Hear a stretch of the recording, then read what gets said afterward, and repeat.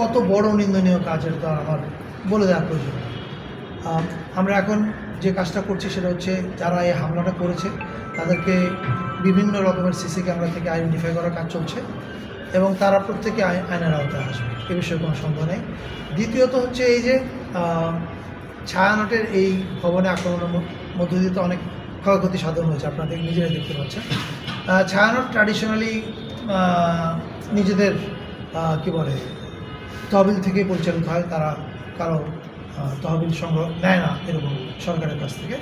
কিন্তু আমরা আমাদের তরফ থেকে তাদেরকে যে কথা বলেছি যে সরকার এই যা কিছু ঘটেছে এখানে যে ক্ষতি সাধন হয়েছে তার সমস্ত কিছুই ছায়ানট যদি আমাদেরকে জানায়, তারা যদি চায় তাহলে তাদের কমিটির সিদ্ধান্তের ব্যাপার আছে, সেখানে সরকার ইমিডিয়েটলি সেই কাজটা দেখাবে।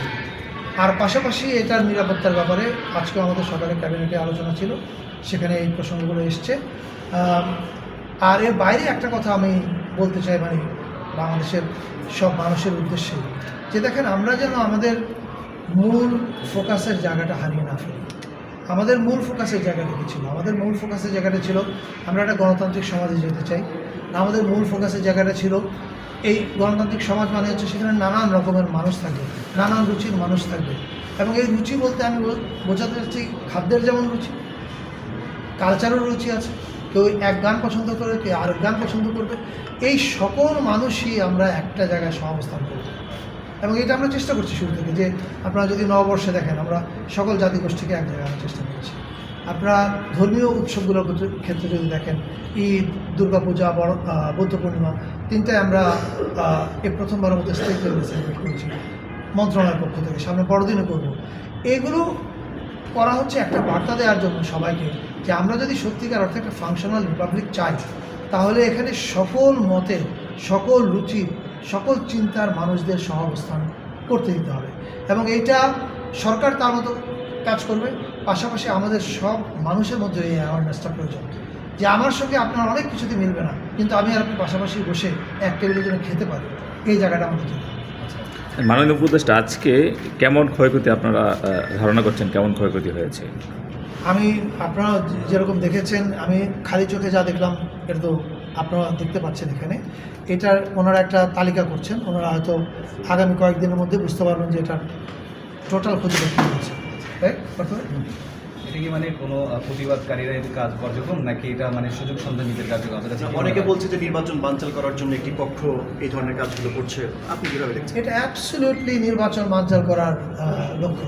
আপনি দেখেন এটার সঙ্গে প্রতিবাদের কী সম্পর্ক? আপনি কার প্রতিবাদ করছেন, কার বিরুদ্ধে প্রতিবাদ করছেন?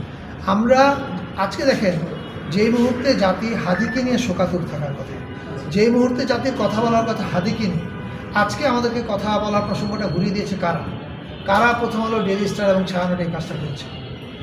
যারা করেছে তারা ডেফিনেটলি বাংলাদেশের ডেমোক্রেটিক ট্রানজিশন চায় না। তাহলে তো আমরা তো আজকে হাদিকে নিয়ে কথা বলবো, হাদি আমাদের আজকে আলোচনার বিষয়বস্তু, আমরা তাকে নিয়ে শোকাতুর থাকবো। হি ইজ আওয়ার কী বলে সিম্বল অফ রেজিস্ট্যান্স। কিন্তু হাদি কি কখনো এই কাজ করেছে? হাদি কি এসে এখানে কোনোদিন বলেছে কাউকে যে তুমি কি ওখানে ঢিল ছুড়ে আসো? এটা তাহলে আপনি কী কাজ করলো? মানে যারা করলো তারা তো কেউ আসলে এই হাদির ঘটনার সেন্টিমেন্টটাকে ব্যবহার করে একদল লোক সুযোগ নিয়েছে। এটার সঙ্গে আপনি মেইন স্ট্রিমের কোনো সম্পর্ক আছে বলে আমি মনে করি। আমি মেইন স্ট্রিম বলতে বোঝাতে চাই কালকে শাহবাগে কারা ছিল, হাজার হাজার ছাত্র জনতা ছিল, তারা কেউ একবারও এই কথা বলেছে যে তোমরা ওখানে যাও? কেউ একজনও বলেনি। যত জায়গায় আপনি দেখবেন যে ক্ষোভ জানিয়েছে, মিছিল করেছে হাদির জন্য, তারা অফকোর্স তাদের ক্ষুব্ধ হয়েছে, কিন্তু সেই ক্ষুব্ধ হওয়ার জন্য তো কেউ হঠকারী কাজ করতে পারে। এখন কাজ কারা করতে বলেছে, কে করেছে, এটা আপনারা জানেন, আমরা জানি। ডেফিনেটলি সরকারের ব্যবস্থা নেবে এবং এটা নিয়ে আমি যেটা বললাম যে সকালেও ক্যাবিনেটে মিটিং ছিল, আইনশৃঙ্খলা কমিটির, তারা এটা নিয়ে কাজ করছে।